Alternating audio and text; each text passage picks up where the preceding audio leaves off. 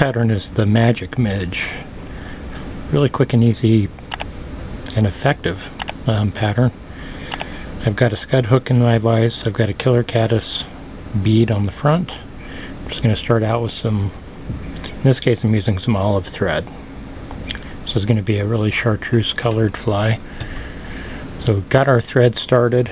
I'm going to grab myself some chartreuse hollow tinsel. Go ahead and tie that in right here behind the bead. Just a couple of thread wraps. And once I have that in place, I'm going to grab some microtubing. This is going to be the really small size. Clear. I'm going to secure that down nice and tight as well. You can see I've got my hook on quite an angle here, and that's just going to help us get back to the back end without too much of a fight. So once I've got that secured in place, I'm going to stretch this microtubing fairly tight as we secure both it and the hollow tinsel to the shank of our hook. And we're just going to go back to a little ways into the bend. We're going to use the microtubing a little deeper than that, but we're going to start our hollow tinsel not quite as deep. So after bringing my thread back up to behind the bead, we're going to go ahead and grab our hollow tinsel back here at the back. We're just going to take touching wraps. You can pull this pretty tight.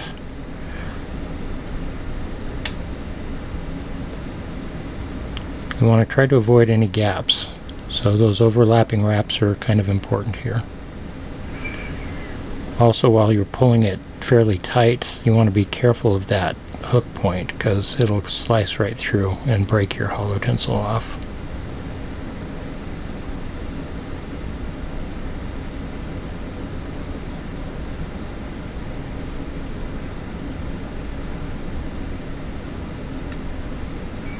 Once I've got that up near the bead, we're just going to go ahead and take a wrap or two to secure that down.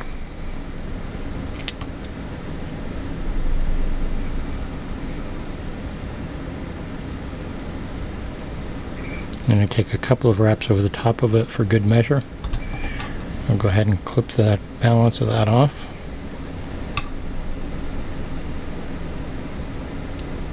I'll just go ahead and grab hold of my microtubing and pull that fairly tight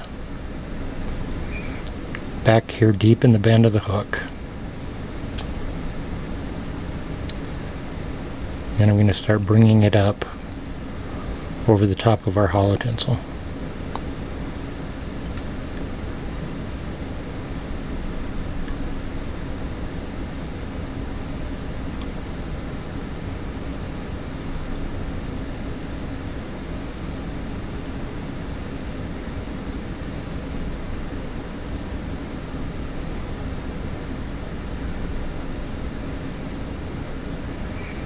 So once we've got it up about a couple of eye lengths away from the eye of the hook, I'm going to go ahead and secure that in place as well with a couple of thread wraps.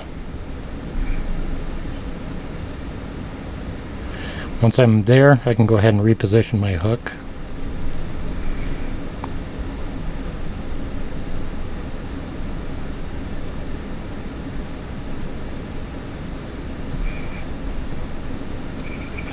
And give that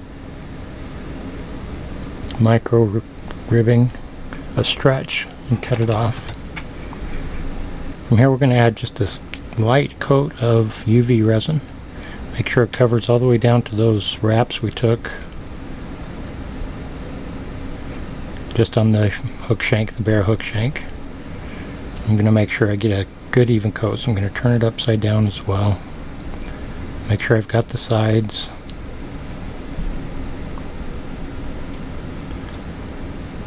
I'm going to turn it back up, clean off my bodkin and just kind of run it over the top of that and get rid of any excess resin that I've got.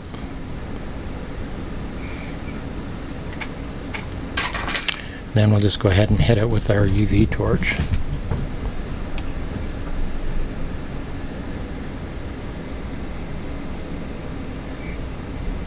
You can see that UV resin just makes the hollow tinsel kind of pop pretty good. So I'm going to take a few thread wraps backwards onto that hollow tinsel, and I've got 2 peacock curls. I'll go ahead and tie those in so that they end right behind the bead.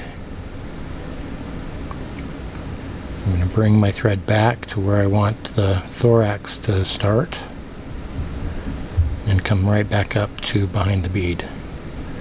Now I can just take those 2 peacock curls. I'm going to spin them up a little bit in my fingers.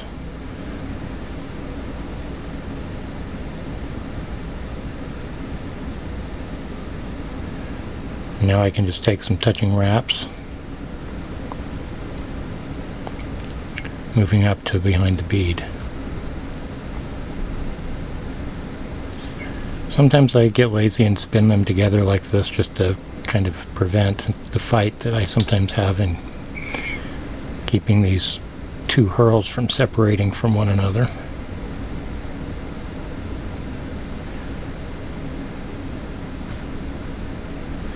Now once I'm up behind the bead, I'll take a wrap over the top of those.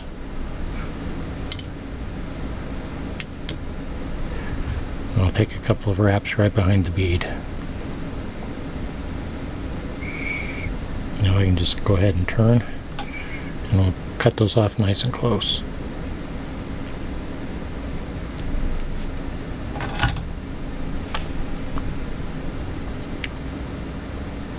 I'll give myself a little bit of extra thread so I can grab my whip finisher.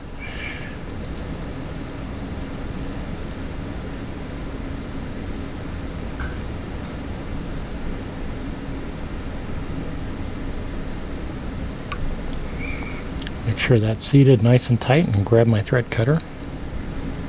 And with that, there you have it, the Magic Midge. Like I said, very quick and easy to tie.